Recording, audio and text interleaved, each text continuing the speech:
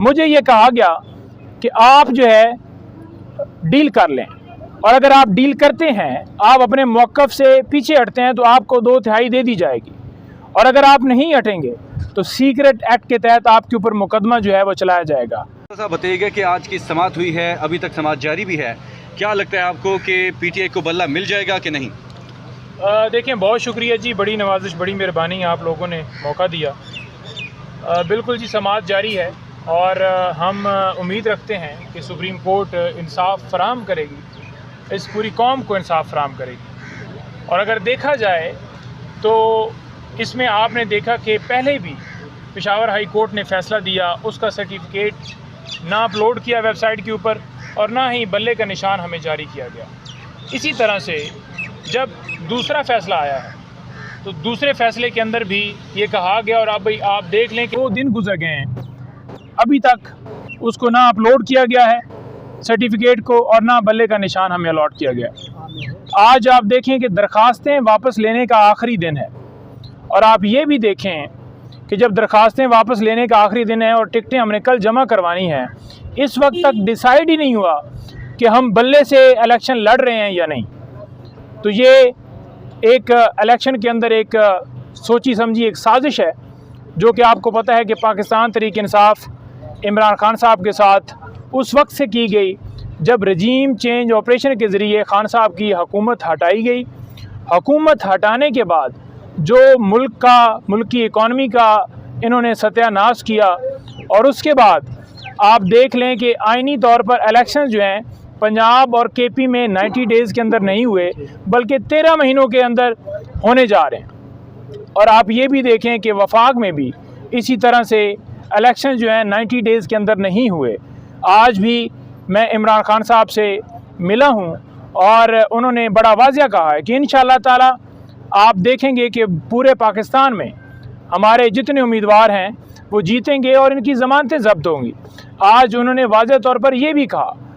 और वहाँ पर मीडिया के आपके दोस्त मौजूद थे, उन्होंने ये कहा कि जनाब इन्होंने पहले कोशिश की कि हमारे जो फर्स्ट टियर लीडरशिप है उसके हवाले से उन्होंने कहा कि पहले उन्हें उठाया गया, अगवा किया गया, कुछ लोगों से प्रेस कॉन्फ्रेंस करवाई गई, कुछ लोगों से पार्टी ज्वाइन कोई और जमात करवाई गई, पटके डाले गए, और जो ही वो अगवा करके बयान देते हैं उनके ऊपर मुकदमात भी ख़त्म, वो इश्तिहारी भी ख़त्म, मीडिया के ऊपर पाबंदी भी ख़त्म, और सारा कुछ ख़त्म होने के बाद वो दूध के धुले हो जाते हैं। तो बात ही है कि उन्होंने कहा कि अमजद न्याजी, इस हवाले से आप लाजमी जो है मीडिया के दोस्तों के साथ बात करें कि आज वो ICU में है। वो क्यों है? क्योंकि उसने इनकार नहीं किया, वो डटा रहा है। उसने कहा है कि मैं कप्तान का साथ दूंगा, और उसका कसूर इस होने की वजह से आप ये देख लें कि मुल्क के अंदर जो रूल ऑफ लॉ है उसकी ये पोजीशन है कि जो ताकतवर है उसको कोई पूछने वाला नहीं है। उन्होंने कहा कि तोशाखाना के ऊपर भी बात करो, और खान साहब का वाज़िया ये बात जो मैं आपके सामने बयान कर रहा हूँ, उन्होंने कहा कि तोशाखाना के अंदर से जो गिफ्ट लिए गए, जो गाड़ियाँ ली ही नहीं जा सकती थीं, आज वो किधर हैं, आज उनके ऊपर क्या हुआ है। उन्होंने ये भी कहा कि आप जाकर बताना कि अल-कादर ट्रस्ट जो केस बनाया गया है उसके अंदर आप ये देख लें कि नमल यूनिवर्सिटी बनी, तो ये भी इल्ज़ाम लगा दें कि वो भी ज़मीन मैंने बेनिफिट लिया है, और ये भी इल्ज़ाम लगा दें कि जो यूनिवर्सिटी थी, वो शौकत खानम अस्पताल था, उसकी जो ज़मीन है वो भी मेरे ऊपर डाल दें कि ये भी इसमें इसने बेनिफिट लिया है। तो जो ट्रस्टी होता है उसका ये काम नहीं होता कि वो बेनिफिट ले रहा है, या उसका जो रोल होता है कि वो फाइनेंशियल कोई उसको जो फ़ायदा हो रहा है, लेकिन ये सिर्फ़ और सिर्फ केसेस इसलिए बनाया गया है कि मुझे जो है अंदर जो है वो रखा जाए। अच्छा, बड़ा उन्होंने वाज़े तौर पर कहा कि अगस्त 2022 में मुझे ये कहा गया कि आप जो है डील कर लें, और अगर आप डील करते हैं, आप अपने मौक़िफ़ से पीछे हटते हैं तो आपको 2/3 दे दी जाएगी, और अगर आप नहीं हटेंगे तो सीक्रेट एक्ट के तहत आपके ऊपर मुकदमा जो है वो चलाया जाएगा। और उन्होंने ये भी कहा कि 2022 में ये कहा गया कि आपके ऊपर केसेस दर्ज किए जाएंगे और आपको 30 सीटें वो बड़ी मुश्किल से मिलेंगी। और उन्होंने कहा कि उन्होंने पूरी कोशिश कर ली जो प्रैक्टिकली क्रैक डाउन करके बल्ले का निशान लेकर डिस्क्वालिफिकेशन वाला देकर लोगों के ऊपर जुल्म जबर करके, लेकिन अवाम जो है वो इमरान खान के साथ खड़ी है, अवाम उसके साथ खड़ी है। आज आप देख लें कि बल्ले के ऊपर जो हमला किया गया है या हमला किया जा रहा है वो इसलिए किया जा रहा है कि शायद बल्ले का निशान लेकर ये जो है इनको इस तरीके से हराया जाए। लेकिन कप्तान के टाइगर पूरे पाकिस्तान में डटे हुए हैं और इंशाअल्लाह ताला आप हर शख्स को देखेंगे कि वो हर मौज के ऊपर आएगा। साइफर के ऊपर आपने डील की बात की है तो कौन से मुतालबात रखे गए थे कि आप ये मान लें हमारे साथ डील कर रहे, कौन सी ऑफर्स की गई थी, किस तरह की ऑफर्स थी? देखिए ऑफर्स यही है ना कि आप हमारी बात मान लें, आप एक्सपोज ना करें, आप जो रजीम चेंज ऑपरेशन किया गया है उसके बारे में कोई बात ना करें कि कैसे ये साजिश हुई। साइफर के ऊपर भी उन्होंने इसी हवाले से कमेंट किए। खान साहब ने कहा कि आपने जाकर बताना है कि जो साइफर था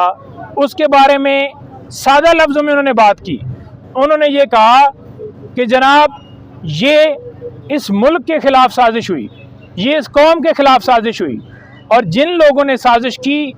जिन लोगों ने ये सारा काम किया उनके ऊपर कोई केस नहीं है। जिसने उनको एक्सपोज किया उसको अंदर डाल दिया गया। अच्छा, ये बताएं कि अभी कुछ दिन 3-4 रोज़ कबल आप ही के एक मौजूदा साथी ने एक प्रेस कॉन्फ्रेंस की पार्टी ऑफिस के बाहर, जिसमें ये कहा कि पार्टी के टिकट 4-4 करोड़ रुपए में फरोख्त हो रहे हैं और बैरिस्टर को और ब्लैकमेल भी हो रहे हैं। देखिए उसके हवाले से वो मरवत साहब के एसोसिएट थे और उन्होंने अपना जो मौक़िफ़ है ट्विटर के ज़रिए ट्वीट भी कर दिया है, इंग्लिश में भी किया है और उर्दू में भी किया है। तो आपके लिए दोनों वर्जन वहाँ पर मौजूद हैं, आप उधर पढ़ सकते हैं। उन्होंने कहा है कि मेरी उसकी कोई भी स्टेटमेंट से मेरे साथ उसका कोई तल्लक नहीं है। अच्छा, एक सवाल है बदल साहब, आपको भी टिकट दे दिया गया है, अलीजाद भुट्टर साहब को भी दे दिया गया है, बड़े बड़े वकला को दे दिया गया है। क्या इतनी स्ट्रगल क्या समझते हैं वकला की थी PTI में कि उनको टिकट चलवा दिया? बहुत ऐसे कारकुनान भी हैं जिन्होंने बहुत ज़्यादा 9 मई में कुर्बानियाँ दी, उससे पहले PTI के लिए कुर्बानी, वो इस वक्त भी रिपोर्ट हैं। क्या उनका हक नहीं बनता उनको पहले टिकट जारी किया जाता? देखें बड़ी, मैं इसके ऊपर वाज़े आपको कहूँगा, मैं जब कल भी मिला हूँ खान साहब से, अभी टिकट्स जारी आज भी अभी तक मेरा ख्याल में नहीं हुए, और मैंने खान साहब को बड़ा वाज़े कहा। मैंने कहा कि खान साहब आपने जो ILF के दोस्त हैं उनको भी ज़रूर कंसीडर करना है हर जगह के ऊपर, हर सूबे में जो वर्कर्स हैं उनको भी हर जगह के ऊपर कंसीडर करना है, और जो यूथ के जिन्होंने कुर्बानियाँ दी, जो आपके मुखलिस दोस्त हैं, आपने हर एक को देखना है। तो खान साहब का तो बड़ा क्लियर उसके ऊपर मौक़िफ़ था कि बिल्कुल मैं खुद ऐसे ही कर रहा हूँ। मेरी हद तक जो मेरा फ़र्ज़ था मैंने ज़रूर खान साहब से ये इज़हार किया। और रही बात वकला के टिकटों के हवाले से, तो आपको बड़ा वाज़ेह कह दूँ कि जिस जगह के ऊपर खान साहब के साथ लोग खड़े थे, जो साबका टिकट होल्डर थे या जिन्होंने जितनी कुर्बानियाँ दी, जेलों में पड़े हैं, या उनके रिश्तेदार जो हैं जिनका मिलिट्री ट्रायल हो रहा है, तो खान साहब को हर एक के बारे में पता है और खान साहब ने उनको कंसीडर किया है। और आपके सामने हर एक का रिज़ल्ट आ जाएगा कि हर एक के साथ ऐसा नहीं है कि कोई एकतरफा सलूक हुआ हो, ऐसा नहीं है कि कोई ऐसी चीज़ हुई हो कि जैसे में किसी की हक तलफी की गई हो।